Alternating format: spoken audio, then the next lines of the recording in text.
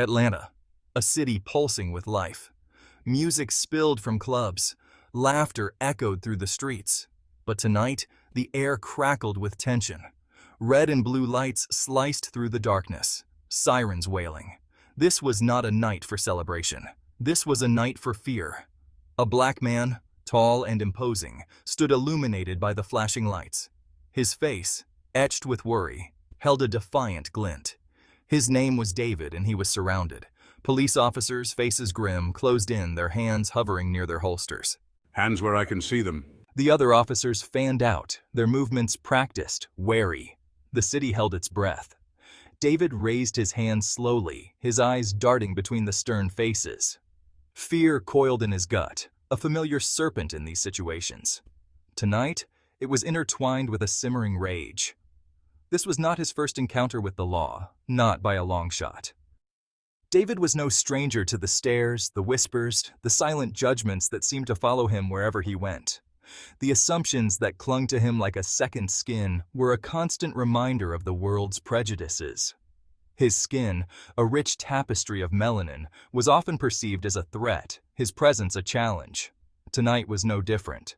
The city lights cast long shadows, and in those shadows, David felt the weight of countless eyes. He was dressed simply. Jeans, a t-shirt, a worn leather jacket. To him, it was just another outfit, but to others, it was a statement. But to the officers, he fit a profile, a dangerous one, the kind that made them reach for their radios and exchange knowing glances. His dreadlocks, thick and long, were seen as a symbol of rebellion, a defiance of societal norms. His muscular build a testament to potential violence, a physicality that made people uneasy. Officer Miller, a veteran of the force, approached cautiously. His hand hovered near his holster, a reflex born of years on the job. Years on the job had hardened him, made him cynical.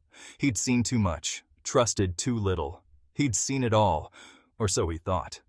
Every encounter, every arrest had etched lines of weariness into his face. He studied David, looking for any sign of resistance, any hint of aggression. His eyes were sharp, scanning for the slightest twitch, the smallest movement. Sir, I need you to turn around and place your hands on the car. The command was firm, leaving no room for negotiation. David hesitated, his mind racing. He knew the drill, but each time felt like the first. A flicker of defiance crossed his face, a silent protest against the injustice of it all.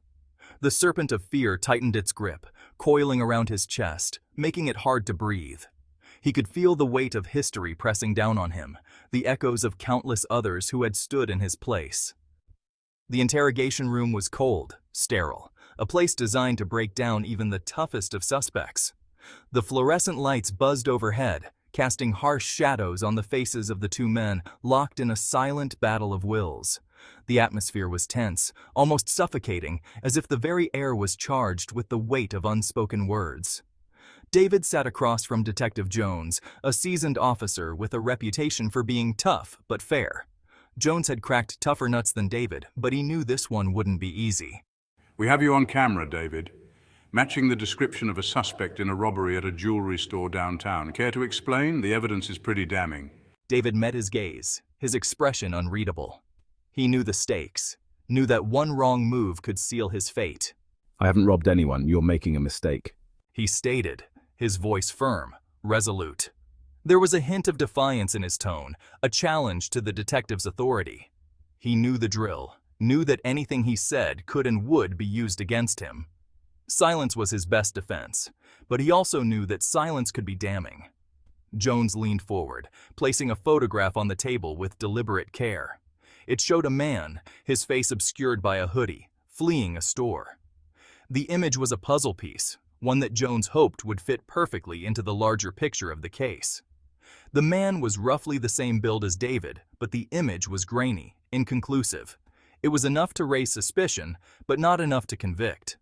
This looks a lot like you, wouldn't you say? Same build, same clothes. It's hard to ignore the similarities. You even have the same shoes. Coincidence? I think not. Jones pressed, his voice low and intense, a predator circling its prey. His eyes boring into David, searching for any sign of weakness, any crack in the facade. The room was silent, the air thick with tension as the battle of wills continued. Hours crawled by. The interrogation continued, a relentless back and forth between accusation and denial. David, tired and frustrated, clung to his innocence. He knew the system was stacked against him, that his word held little weight against the suspicions of the police. Just when his hope began to dwindle, a glimmer of light appeared. Detective Jones received a phone call. He listened intently, his expression shifting from skepticism to surprise. He hung up the phone, his gaze fixed on David. You're a lucky man, David. We just got off the phone with the governor's office. David's heart skipped a beat. The governor? What did this have to do with him? He held his breath, a maelstrom of emotions swirling within him. Hope, confusion, and a growing sense of surreal disbelief. Detective Jones explained that the governor himself had vouched for David, confirming his alibi for the time of the robbery. This revelation was unexpected and caused quite a stir among the officers present. They had been so certain of David's guilt. But now, with the governor's endorsement, everything changed. It turned out that David, a renowned civil rights lawyer, had been attending a fundraiser hosted by the governor that very evening. The event was well documented, with numerous witnesses and even photographs to prove his presence. This solid alibi left no room for doubt. The atmosphere in the room shifted dramatically.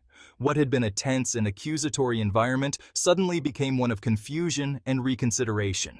The officers, who had been so sure of their case, now found themselves questioning everything. The weight of suspicion that had been pressing down on David evaporated, replaced by a stunned silence. The change in mood was palpable as the realization of his innocence began to sink in.